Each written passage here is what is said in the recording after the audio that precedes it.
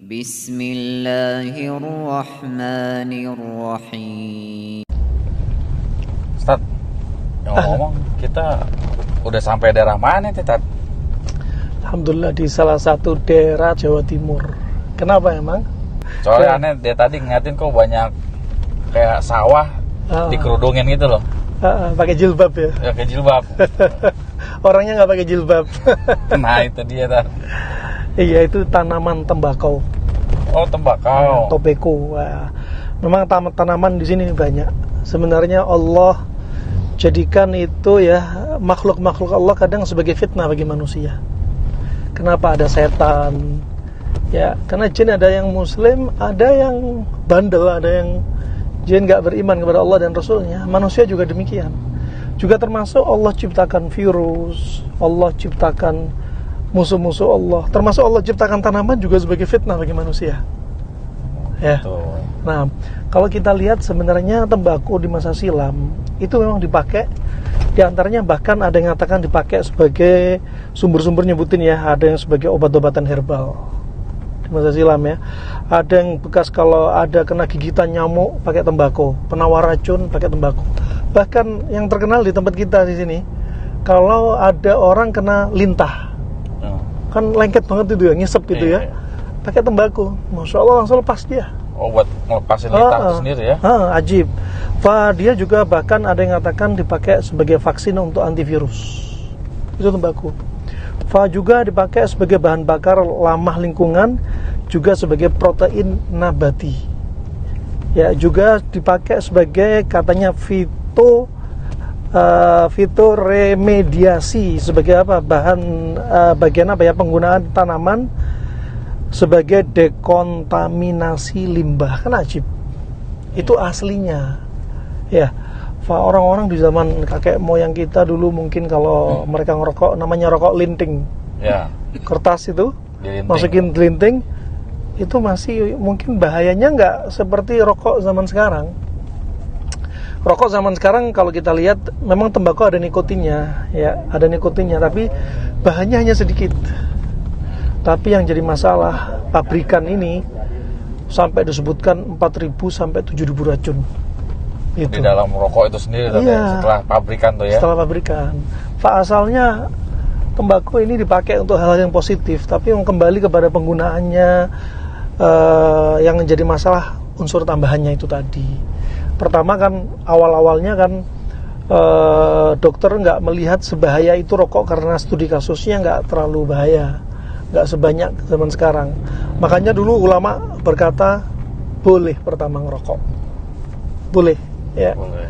Kedua, setelah para dokter neliti berjalan lama kok banyak kasus karena rokok menimbulkan efek negatif ya. Akhirnya naik hukumnya makruh. Sampai terus penelitian membuktikan dan melalui uji coba sampai dikatakan rokok membunuh, rokok bikin kanker, rokok bikin tumor, rokok bikin darah tinggi, rokok bikin mandul, rokok bikin keguguran bagi wanita ibu hamil, rokok bikin, wallah banyak banget. Makanya saya pemerintah ngasih warning, boleh jual rokok tapi dikasih syarat. Apa tulisannya? Ada tulisan itu. Tulisannya peringatan. Apa? Peringatan yang berbahaya-bahaya kan? Iya. Dan asalnya kalau dalam Islam, kalau ada sesuatu yang membahayakan tubuh, jelas nggak boleh. Haram. Iya. Ya pertama minimalnya makruh, maksimalnya haram. Gitu kan ya. Kalau dari khilaf perbincangan para ulama ya, kadang kalau kita ngomong langsung rokok haram, mungkin orang yang sudah candu bakal menolak. Ya kita ngomong masalah inilah ilmiah aja lah, kenyataannya gimana gitu ya. Kalau nggak mau ngomong masalah dalil, yuk kenyataan kita bahas gitu loh. Bahkan subhanallah disebutkan kalau kita ngomong fakta ilmiahnya, rumah sakit sudah seperti rumah sakit dan dokter spesialis parunya sudah sepakat memang itu bikin penyakit. Berapa banyak orang kena infeksi parunya kebakaran, juga kanker lambung nyebar paru-paru, juga kanker mulut, kanker lidah, ya, terus kemandulan, darah tinggi. Di sini ada gunung nih, nggak jauh dari sini gunung di sini. Nah, kelihatan tuh gunungnya tuh.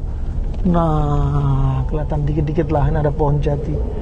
Di situ kita dapati ada pemuda pengen coba ngerokok umur 17 tahun karena hawanya dingin kan, Ya. baru 2 bulan rokok paru-parunya udah lubang-lubang. Udah cukup lah, artinya nggak ada pelaku yang lain kecuali rokok. Ya, kalau memang alasannya bikin ide, masih banyak yang lain bikin ide. Kalau bikin relax, masih banyak bikin relax. Iya. Ya, terus subhanallah, sekarang kalau ngomong masalah dalil sebagai bahan tadabbur saja ya, kadang ada orang kalau kita bicara dalil mereka nolak dulu. Ya. Karena mereka bilang di zaman Nabi katanya nggak ada. Ya, memang nggak ada, tapi ulama usul fiqh mereka ahlinya membuat seperti pembahasan namanya al-istishab. Al-istishab itu sahab. Ya, menarik dalil, betul, menarik dalil. Dari mana? Allah berfirman, "Wala taqtulu anfusakum." Jangan bunuh diri kalian. Sedangkan dokter sudah nulis, awas rokok membunuhmu. Ya. Awas rokok bikin kanker. Jelas menyerumuskan dalam malapetaka, ya Bang, enggak? Iya. Nah, memang nggak ada dalil khusus. Nah, terus kemudian Nabi SAW juga bersabda, kata Nabi apa? La doror wala diror.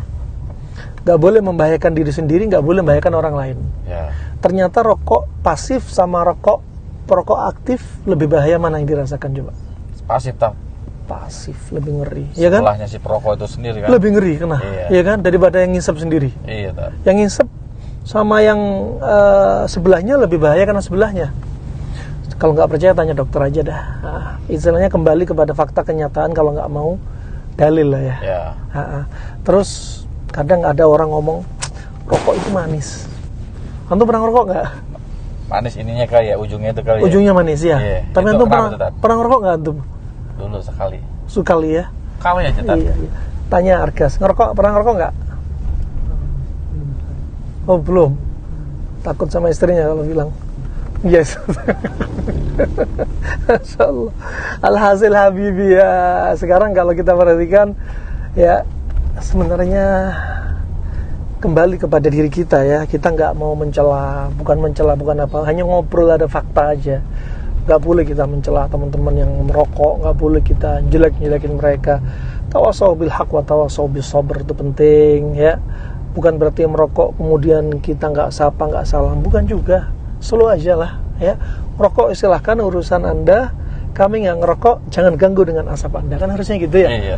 Nah, sebenarnya kalau kita pernah lakukan terapi untuk rokok, terapi paling manjur. Antum pernah dengar pakai apa dulu? Permen, pakai apa gitu? Pernah ada nggak sih tak pakai permen gitu? Pakai permen ya? Iya. Pakai permen. Tapi pada nggak manjur tak. Tapi balik lagi, ya kadang pakai apa, terapi bekam, kadang minum katanya propolis lah. Ya tapi kalau hanya seperti itu kondisinya, dia nggak menghilangi sebab. Sebab itu nih, Hati kita tak. hati kita. Nah, kalau kita sudah tahu rokok membahayakan diri kita, berarti kita mendolimi diri kita. Iya tak. Wala taqtulu anfusakum.